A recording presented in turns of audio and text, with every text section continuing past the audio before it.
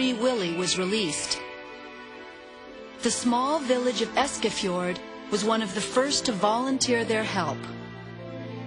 One idea proposes that Keiko could live in a fjord, protected by a sea pen, until his ability to survive in the wild is tested. Keiko's return also has the surprising support of Eskifjord's fishermen. This will be considered to be a major event here, and I am absolutely certain that everybody will lend a helping hand in making this possible. It would be fantastic to have Keiko come back to Eskifjord. I can assure you of that. There could hardly be a better place than Eskifjord for Keiko's eventual release. Located along the migration route of Iceland's orcas, Keiko would be able to hear and respond to others of his kind.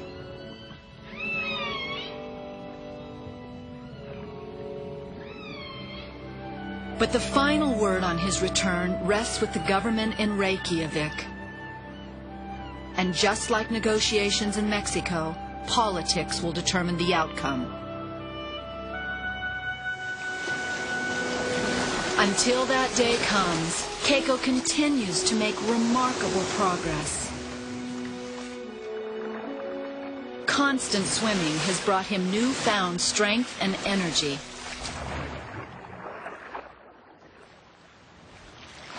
For Carla, the ocean water is so cold at 49 degrees that she now needs a wetsuit. But Keiko thrives. He now eats nearly twice as much, 200 pounds of restaurant-quality herring and capelin each day.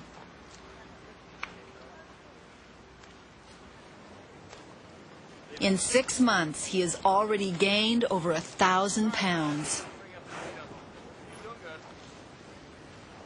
His flippers have increased an amazing 6 inches in width, and he's already grown nearly a foot in length.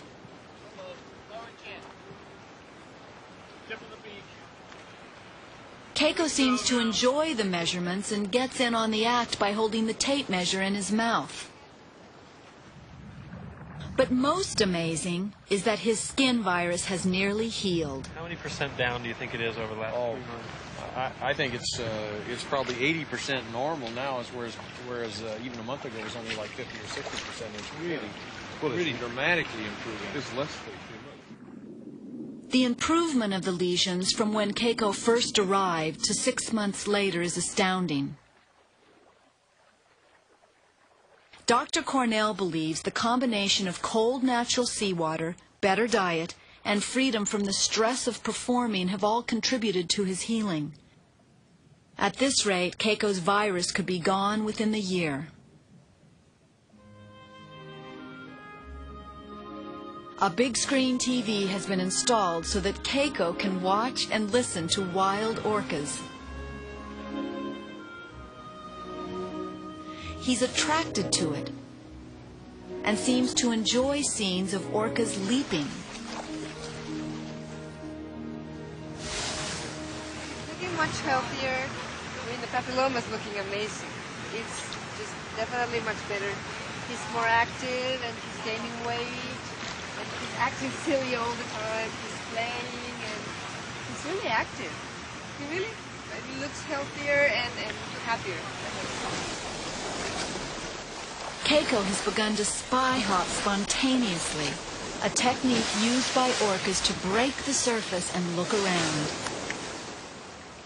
After 15 years of being hand-fed, perhaps the most important tool Keiko must learn is to hunt for food.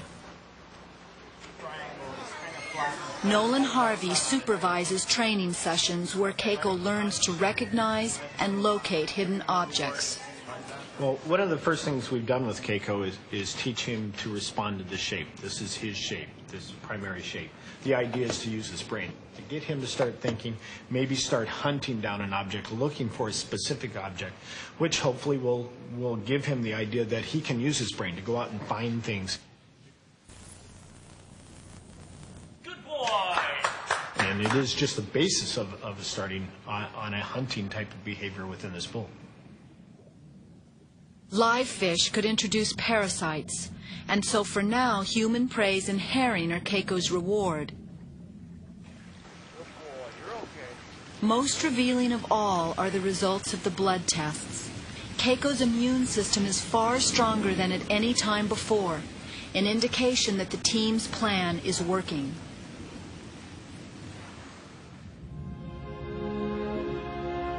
But his 6 months of success mark another inevitable milestone. Now it is time for Carla and Renata to leave their beloved friend and return home. For them, it is a time of celebration and sadness. When the time comes to say goodbye, I'll definitely say, oh God, this is hard. I'll say I love you very much. I don't know. This is very hard. 5 long years of caring must come to an end.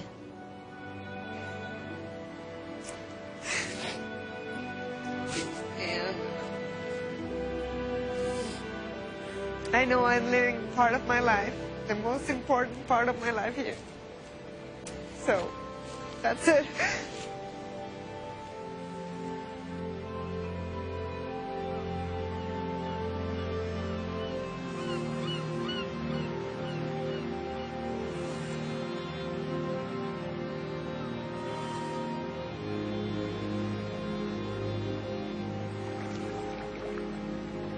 As hard as it is to leave, Carla and Renata know that they must, in order for Keiko to gain the independence he will need to survive in the wild.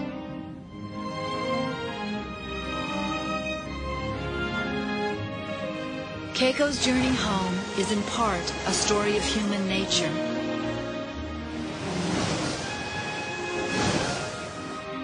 What began with cruelty and greed has been eclipsed by our compassion and love. A love that can heal a whale.